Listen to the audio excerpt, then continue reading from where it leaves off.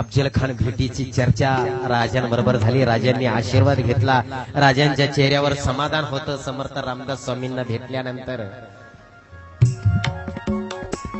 आणि भेट घेतल्यानंतर राजांनी समर्थ रामदास स्वामींचा निरोप घेतला. कारण अफजल खान स्वराज्यावर चालून आलेला होता.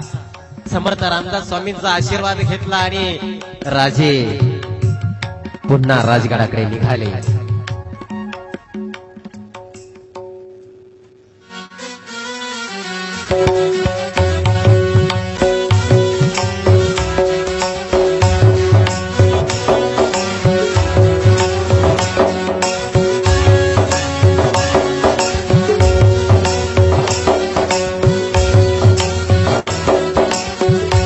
समर्थ रामदास स्वामी सुद्धा जय जय रघुवीर समर्थाचा जय घोष करीत आपल्या कामामध्ये व्यस्त झाले.